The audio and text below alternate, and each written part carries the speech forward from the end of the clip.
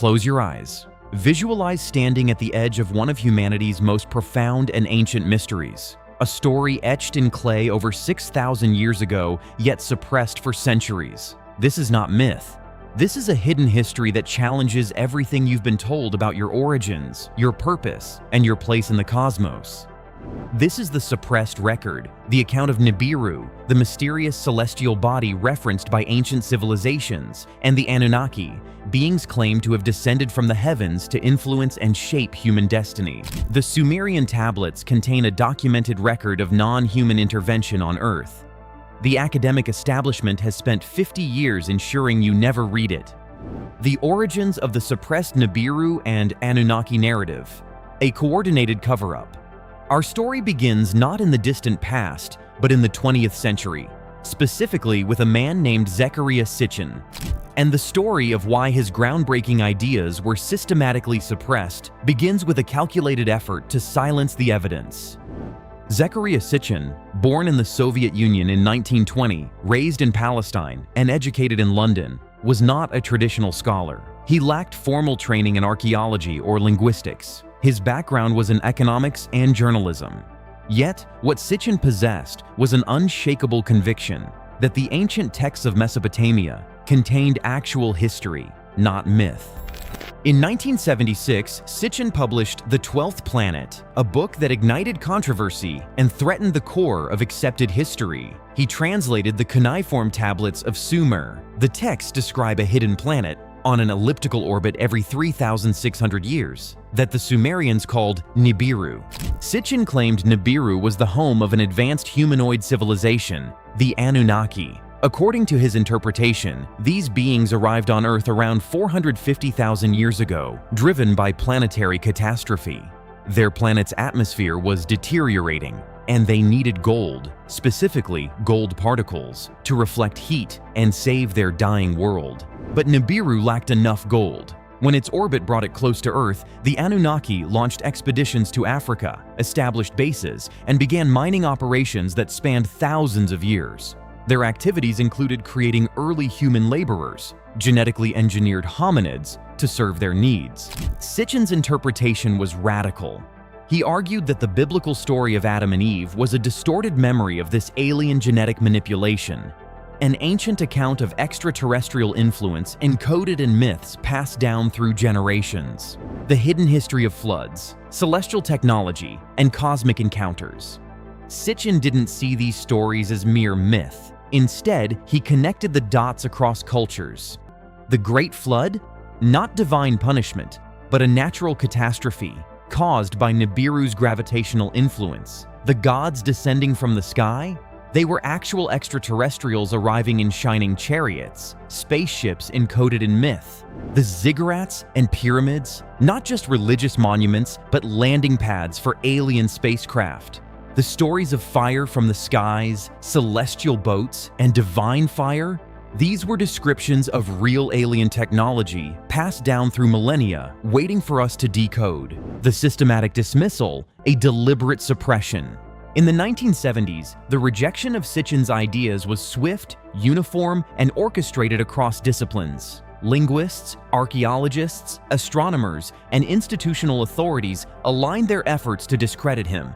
This response was not organic, it was a planned operation.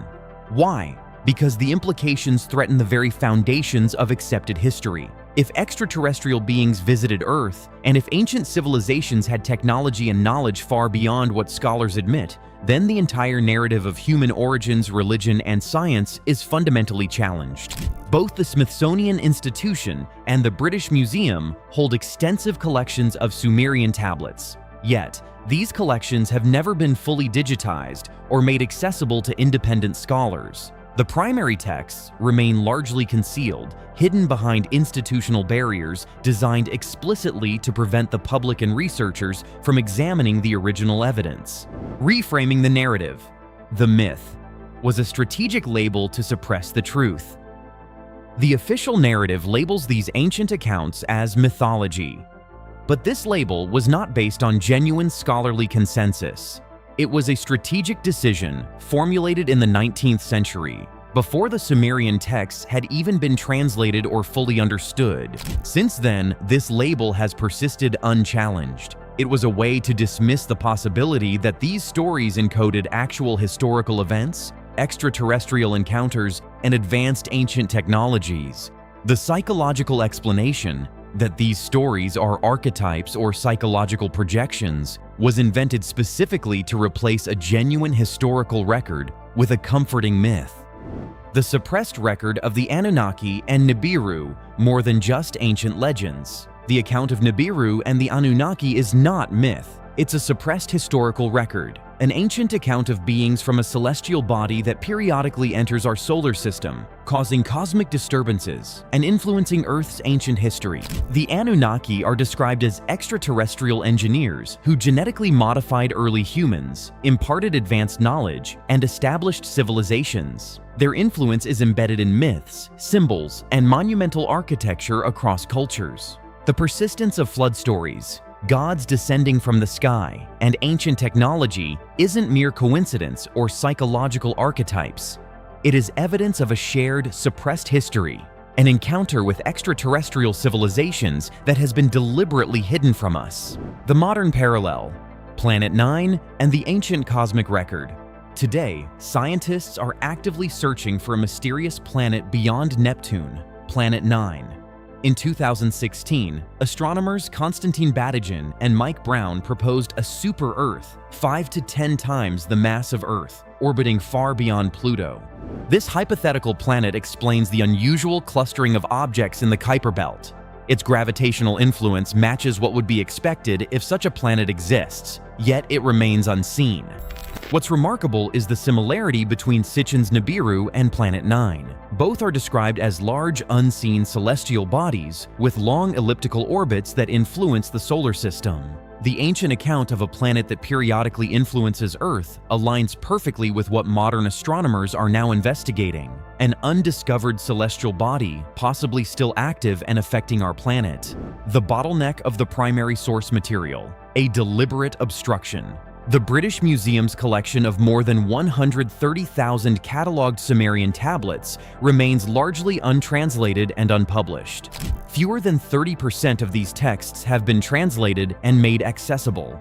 This is not a resource limitation. It is a calculated bottleneck designed to prevent access. Decades ago, the last independent review of Sumerian linguistics, funded without institutional affiliation, was conducted in 1987. Since then, no similar independent studies have been undertaken or published. This ongoing suppression ensures that the primary source material remains out of reach, maintaining the official narrative and preventing any challenge to the accepted history. The evidence overwhelmingly indicates that the story of the Anunnaki and Nibiru has been systematically erased from human history. This has been achieved through deliberate institutional barriers, control over the primary texts, suppression of independent research, and the strategic branding of these accounts as myth. The truth remains concealed. The Sumerian tablets remain accessible. The translations are publicly available. Academia refuses to integrate them. The decision was made in 1976. It has never been reversed.